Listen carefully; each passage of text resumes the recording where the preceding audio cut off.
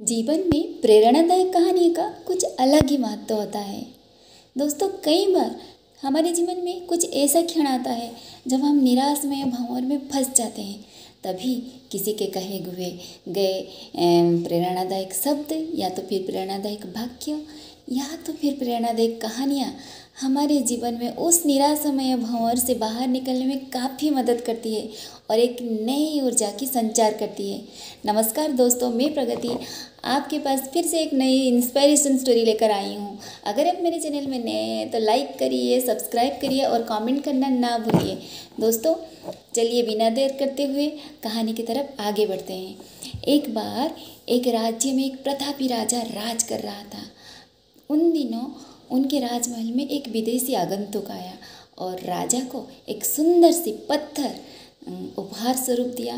राजा उस पत्थर को देखकर बहुत खुश हुए और मन ही मन पत्थर से एक सुंदर सी विष्णु प्रतिमा बनाकर अपने राज मंदिर में प्रतिष्ठा करने के लिए निर्णय लिया।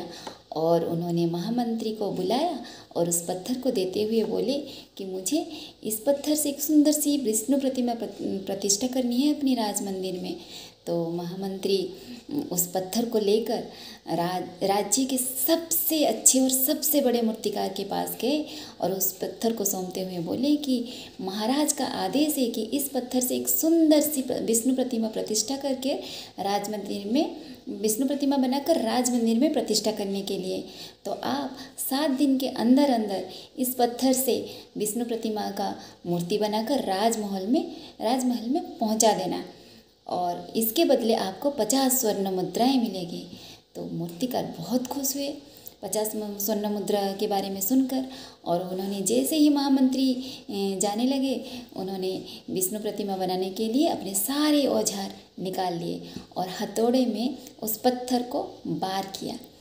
जब एक प्रहार में वो पत्थर नहीं टूटा तो महामंत्री दूसरी बार, तीसरी बार ऐसे कई बार प्रयास किए और जब 50 बार प्रयास किए और वो पत्थर डस से नस नहीं हुआ, तब एक आखिरी प्रयास करने के लिए मूर्तिकार अपने हाथ उठाए ही थे कि अपने हाथ खींच लिए और ये सोचने लगे कि जब 50 बार प्रयास कर चुका हूँ और ये पत्थर नहीं टूटा तो अब की बार क्या होगा।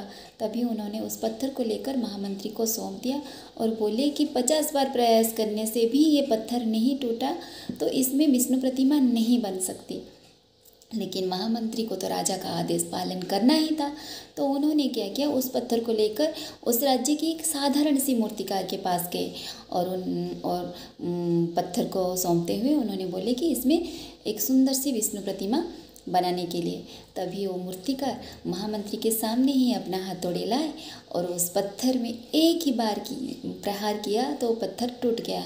जैसे ही पत्थर टूटा मूर्तिकार विष्णु प्रतिमा बनाने में जुड़ गए। इधर महामंत्री सोचने लगे कि पहले मूर्तिकार अगर एक आखिरी प्रयास करते तो ये पत्थर टूट जाता और वो प्रतिमा बनाने में सक्षम होते और ये 50 स्वर्ण मुद्राएं आज उनके होते। दोस्तों, इसी तरह हमारे जीवन में भी कई सिचुएशन आता है जब हम अपनी आखिरी प्रयास करने में ही छोड़ देते हैं। जैसे कि हम कुछ काम ले लिए और कुछ ऐसा सिचुएशन आ गया, कुछ ऐसा परिस्थिति क्रिएट हो गया कि हम अपनी प्रयास करना छोड़ ही दिए और असफल हो गए। क्या पता हमारी वो आखिरी प्रयास हमारे जीवन को बदलने में मदद करते। तो दोस्तों, अगर कुछ काम करने के लिए आप ठान लिए हैं तो हो सकता है आपका एक प्रयास में आप हार जाए, 2 प्रयास में हार जाए, 3 प्रयास में हार जाए, या तो कई सिचुएशन आपको आपकी आत्मनिर्भर को डगमगाने में लगे।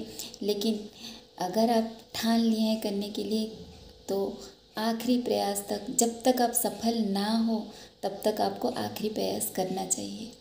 तो दोस्तों, अगर आपको ये स्टोरी अच्छा लगा है तो आप इस स्टोरी को 5 दोस्तों में ज़रूर शेयर करिए और मेरे चैनल को लाइक करिए, कमेंट करना ना भूलिए। तब तक के लिए थैंक यू वेरी मच।